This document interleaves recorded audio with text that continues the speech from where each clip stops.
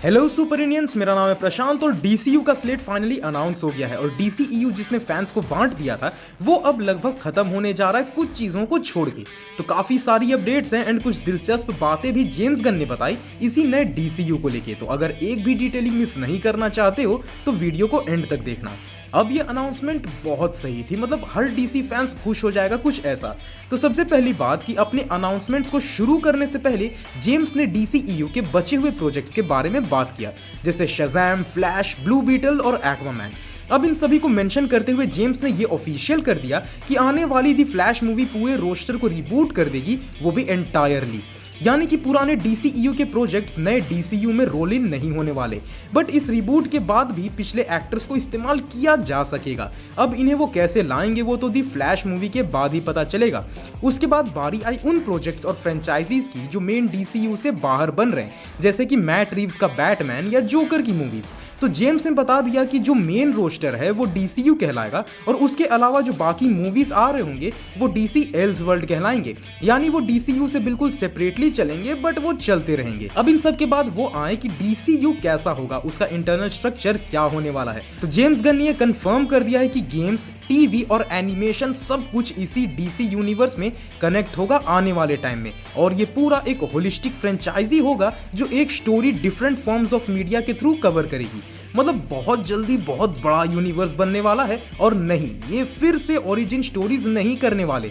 तो इस नए 10 साल के प्लान को शुरू से शुरू करते हैं। तो पहला है क्रीचर कमांडोज। ये एक एनिमेटेड शो होगा पर ये कैरेक्टर्स फिर आगे जाकर डीसी के लाइव एक्शन में घुस जाएंगे और वो एक्टर्स ही इसे प्ले करेंगे जो इसके वॉइस ओवर देंगे।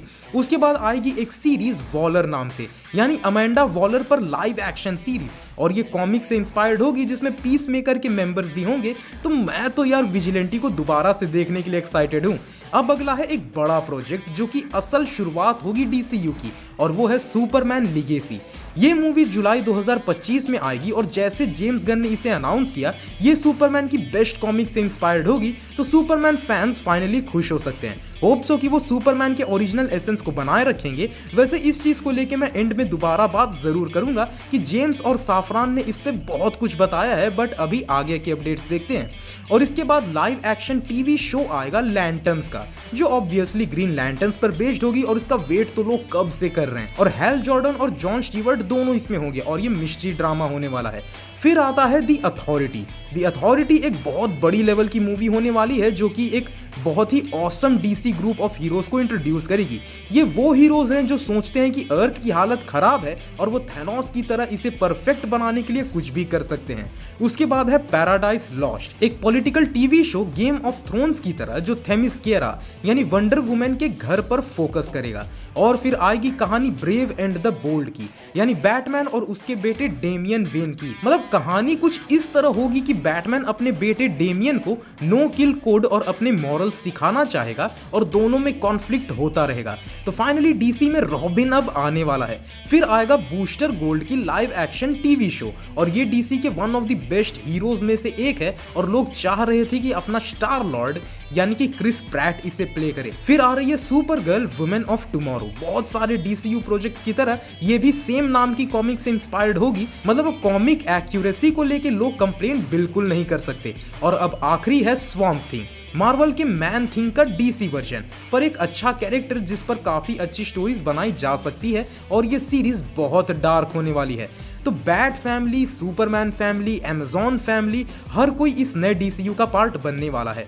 कई ऐसे हीरोज जिनको कभी चांस नहीं मिला वो भी डीसीयू का फाइनली पार्ट बनने वाले हैं। और अगर तुमने नोटिस किया हो तो ये पूरी तरह फर्स्ट फेज भी नहीं है डीसीयू का, जैसा जेम्स गन ने बोला। फिर भी इतना कुछ दिया जा रहा है और कुछ भी रश्ड बिल्कुल नहीं लग रहा। ऊपर से ये सारी वैरायटी कॉमिक से इंस्पायर्ड है, तो अगर अच्छी तरह बनाई जाए तो फैंस नाराज हो ही नहीं सकते।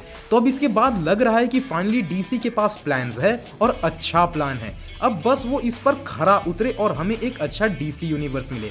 अब अपने थीम्स को लेके साफरान और जेम्स ने बताया कि डीसी का पहचान ये रहा है कि यहाँ सबसे संत कैरेक्टर हैं जैसे सुपरमैन, तो उनके पास काफी भयानक विलन्स भी हैं और यही उन्हें इंस्पायर किया इस पहले फेज को गॉड्स एंड मॉन्स्टर्स नाम देने का। वहीं डीसी में कई सारे मॉरली ग्रे कैरेक्टर्स भी हैं जो लोगों का ध्यान खींचते हैं, तो ये मॉरल कॉम्प्लेक्सिटी को वो फोकस में रखना चाहते हैं। तो सुपरमैन का कैरेक्टर अब हमें किस नए अंदाज में मिलता है, ये देखना दिलचस्प होगा। तो गाइस, ये थे वो सारे अपडेट्स जो कि DCU के नए स्लेट को लेके दिए गए जेम्स गन की तरफ से। तो इन अपडेट्स के बाद आपको क्या लगता है कि DCU किस तरह से वर्क कर पाएगा, और अगर उन्हें अपने मेन कैरेक्टर्स पे मूवीज लाना है तो क्या उन्हें इसी बार अनाउंस कर देना चाहिए था या फ्यूचर के लिए कुछ बचा के भी रखना है? इस पे आप अपने ओपिनियन, व्यूज या जो भी आप मानते हैं कमेंट में जरूर बताइएगा। पीस।